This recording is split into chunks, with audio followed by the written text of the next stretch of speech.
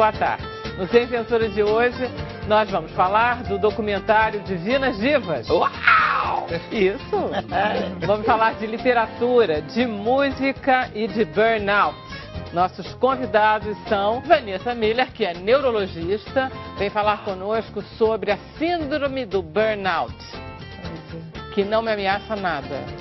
O difícil vai ser falar uma coisa tão séria do lado aqui da Dona Mete, do lado da Rogéria. Não, eu já estou louca. Vai ser complicado. Esse pessoal todo aqui é arriscado de ter um burnout na vida. O que é isso? Vamos explicar para vocês o que é esse esgotamento na vida profissional, tá? Você acha que para ter burnout, o que é necessário? Ela não vai ter burnout, não. Cheguei a Mas o que é burnout? Ela vai explicar. Vanessa, por favor, explique para nós o que é burnout. Posso contar uma historinha, então? Pode, amor! Então tá certo. O que acontece? Um psicanalista, tá? Assim, em Nova York, ele começou uma pessoa muito motivada, uma pessoa que sempre gostou muito da sua profissão, muito dedicado aos pacientes, só que ele trabalhava num hospital que não tinha condição, né? Não tinha nenhum tipo de amparo, tinha muito trabalho, era muito complicado, seus alunos e colegas não contribuíam muito. Então aquela pessoa motivada, aquela pessoa que tinha uma realização profissional, de repente começou a ficar estafada, começou a ter exaustão emocional, começou a ficar triste, começou a ficar sem prazer. Aquilo que dava prazer já começou a ser laborioso, começou a ser desgastante. E aí ele começou não só apenas ter uma atitude mega negativa, ele começou a ter um distanciamento dos seus pacientes. Quando, de repente, com o passar do tempo, através de um estresse, que era um estressor, eu tinha muito estresse nesse hospital, ele acabou tendo também alguns sintomas físicos. Dor de estômago, dor de cabeça, começou a faltar o trabalho, etc, etc. E começou a ter o quê? O burnout. Começou a queimar de dentro para fora, ou seja, ele começou a ter esgotamento físico. Sabe aquela pessoa que pega uma lombada, acha que tem um pico do Everest para subir? Não tinha mais força, né? E ele começou a descrever isso e foi em 1974. Desde então, começaram a falar muito sobre justamente a síndrome de esgotamento profissional. Nós aqui, eu como médica, vocês como artistas, né? A gente se doa muito na nossa profissão. Isso. Né? Às vezes é muito difícil, eu estava falando antes assim, do Faustão vir aqui e cumprimentar todo mundo. Às vezes, no caso de vocês têm que ser, às vezes, o personagem o tempo todo. Quer dizer, o trabalho, né, você acaba abrindo mão da sua vida realmente afetiva, da sua vida familiar. Você acaba tendo a sua vida praticamente ao trabalho. Então, às vezes, é muito complicado. Para o médico a mesma coisa, como bancário a mesma coisa. Então, quando você tem um trabalho que é muito desgastante, que você não tem mais aquela gratificação, você perde aquele, me perdoe, mas a gente tem que ter tesão para trabalhar, tem que ter a motivação. Quando você perde essa gratificação, essa sensação de realização e começa a ter esses sintomas depressivos, esses sintomas ansiosos, essas perda cognitiva, a pessoa começa a ficar desatenta, começa a ficar sem concentração. Mas, doutora, olha só, eu tenho uma amiga minha que teve burnout, que é uma jornalista, e ela está ligada muito também, no caso dela, a um perfeccionismo exagerado, a uma crença de que ela precisa se dedicar ao trabalho sem parar, porque a vida dela depende disso e ela precisa subir na carreira. E ela começou a ter um tipo de, sei lá, de obsessão pelo trabalho. Sim, compulsão e obsessão. Fica obstinado. E aí não come, não levanta da mesa, e só pensa trabalho e trata mal o namorado, porque você está me atrapalhando. Parece uma ambição desmedida. E não são pessoas com ambições desmedidas, não. Simplesmente são pessoas que se enganaram, é isso? Eu acho que existe uma crença muito grande que para você ser feliz você tem que ter uma realização profissional. Não necessariamente você precisa ter isso. É muito mais comum a pessoa que tenha burnout ter uma personalidade até meio de toque, obsessiva compulsiva. Ter aquele perfeccionismo, ter aquela rigidez, ter aquela inflexibilidade. ter aquela autocrítica muito grande. Isso. E o problema que eu estou descrevendo nela é justamente uma das fases que pode acontecer, mas não é obrigatória, tá? Que a pessoa avalia a sua própria autoestima baseada na realização profissional. Ou seja, não teve sucesso profissional, não teve vários aplausos, não publicou, não teve vendas de não sei quantos milhões de livros, a pessoa não vai se sentir feliz. Então a pessoa atrela a sua... cobrança dela com ela mesma. Com ela mesma. E por isso que é burnout, queima por dentro. É o burn, quer dizer, queimando. Que está queimando, é o corpo falando, né, na verdade. E a última fase, que é justamente essa, do esgotamento. A pessoa não tem, sabe aquela, acordou, não tem mais energia, a pessoa não consegue fazer absolutamente mais nada. Fica tá? assim. Esgotado, não tem, exausto. Exausto emocionalmente, exausto fisicamente, comprometimento cognitivo, ou seja, a pessoa simplesmente, chega a ser uma emergência, porque a pessoa tem uma liberação, imagina, né, quando você tem uma ansiedade, você tem uma liberação tão grande de cortisol, é como se a pessoa tivesse o tempo todo sobre aquele estresse, porque estresse do dia a dia é bom, que nos coloca, né, ativo, que nos coloca para atuar com os seus conflitos, mas a pessoa que está o tempo todo, né, sobre esse estresse, ela libera muito cortisol, ela libera muita adrenalina, ela tem realmente um desgaste físico muito grande, que a pessoa simplesmente chega um momento que pifa. E aí, a pessoa vai do gol, do vamos fazer, vamos acontecer, eu vou fazer, eu vou ser a melhor, até o ai, gente, não aguento mais, não quero mais, eu tô acaba com o oposto, né? Ela acaba dizendo, acaba se mostrando incompetente. Exatamente. Que é uma loucura, né? É o contrário do que ela quer, do que ela deseja.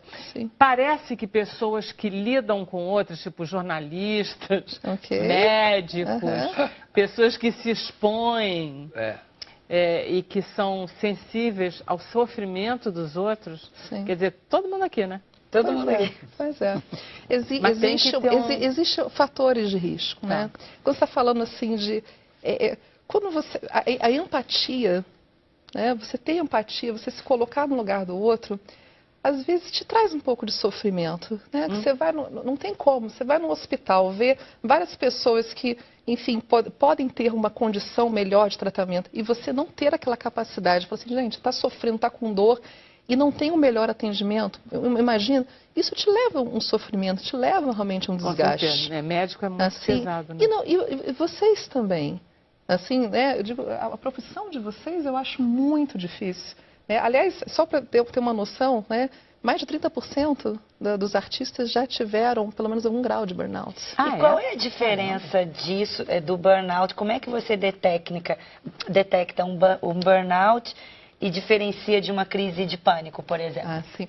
São coisas diferentes, né? O burnout está muito associado ao estresse, o nexo causal com o trabalho. Com o trabalho. Com o trabalho. Entendi. Pânico, você pode ter outros nexos causais, né? Pânico, a diferença, por exemplo, de pânico para transtorno de ansiedade generalizado é que você tem aquele medo, né? Você tem, inclusive, tem uma atitude de evitação. Né? Eu tenho medo de me expor a público, então eu vou começar a ter uma evitação, porque isso já me gera um desgaste, um estresse muito grande, uma ansiedade muito grande, uma tensidão muito grande. Já o burnout, não. Você tem que ter estabelecer um nexo causal. É o trabalho, é essa excessiva carga de trabalho, é essa falta de gratificação no trabalho que leva essa sobrecarga, que leva esse estresse e que leva esse esgotamento. E da depressão? Quer dizer, o tratamento é parecido com a depressão? O tratamento, eu acho que o principal, diferente da depressão, que a depressão é uma doença que envolve, né, meu Deus, né? Envolve desorganização da atividade cerebral, uma desorganização química física do cérebro, né? O burnout também, você também tem justamente algumas alterações, né? A pessoa tem desmotivação, tem alguns sintomas que parecem muito com a depressão ou com o transtorno da ansiedade. Falta de prazer, falta de tristeza, falta de esperança, etc, etc. Só que no burnout, a pessoa tem às vezes pode fazer aquela pergunta do para quê. Porque, assim, na depressão, como é uma doença química, física, às vezes um antidepressivo ou uma estimulação magnética transcraniana, que é uma técnica de neuromodulação, por exemplo, interessante para tratamento sem efeito colateral, você tem uma atuação mais efetiva, uma atuação mais física. Quando eu penso em burnout, é uma coisa também mais de atitude.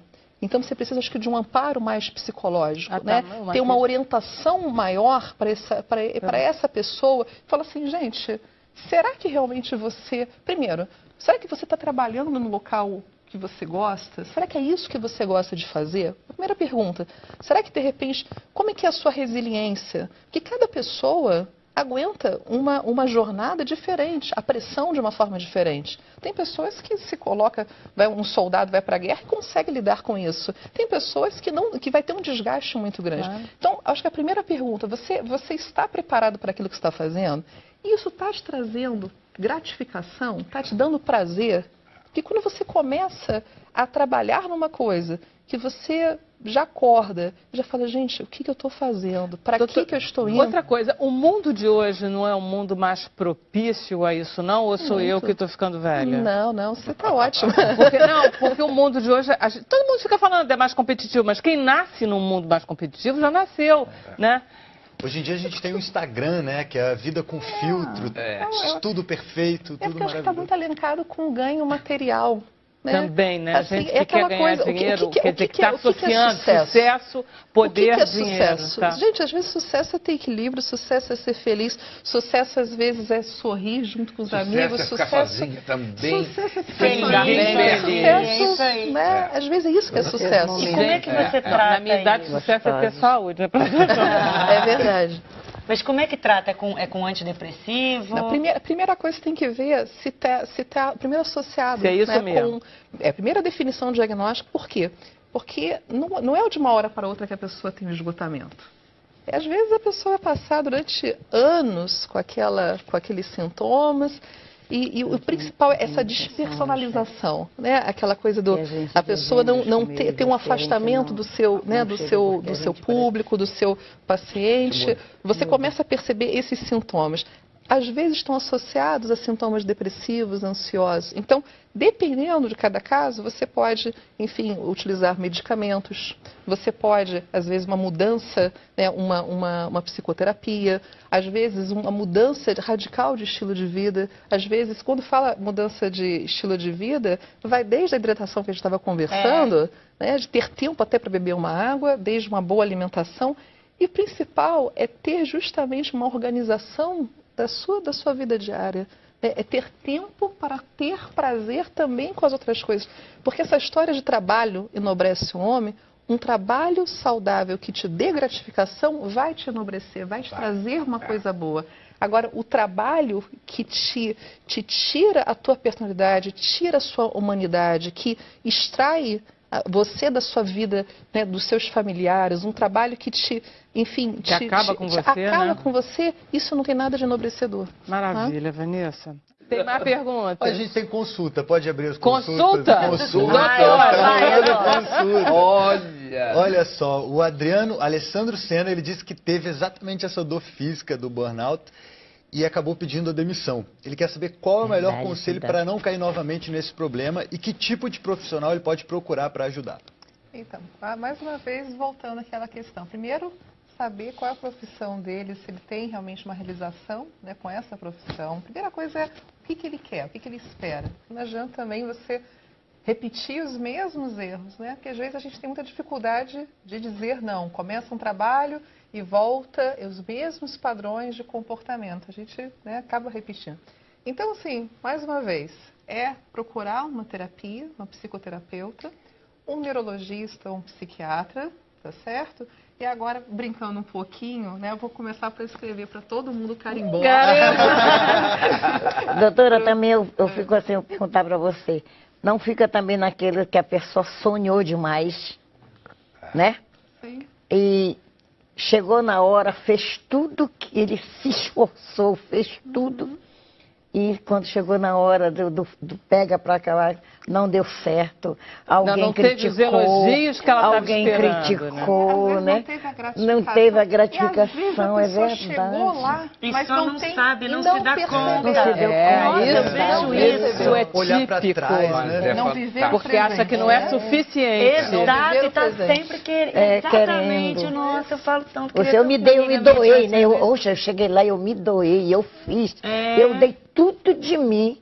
E na hora H, às vezes, falaram para outra pessoa que não tinha nada a ver, nem ajudou. E deram aquele bônus, né?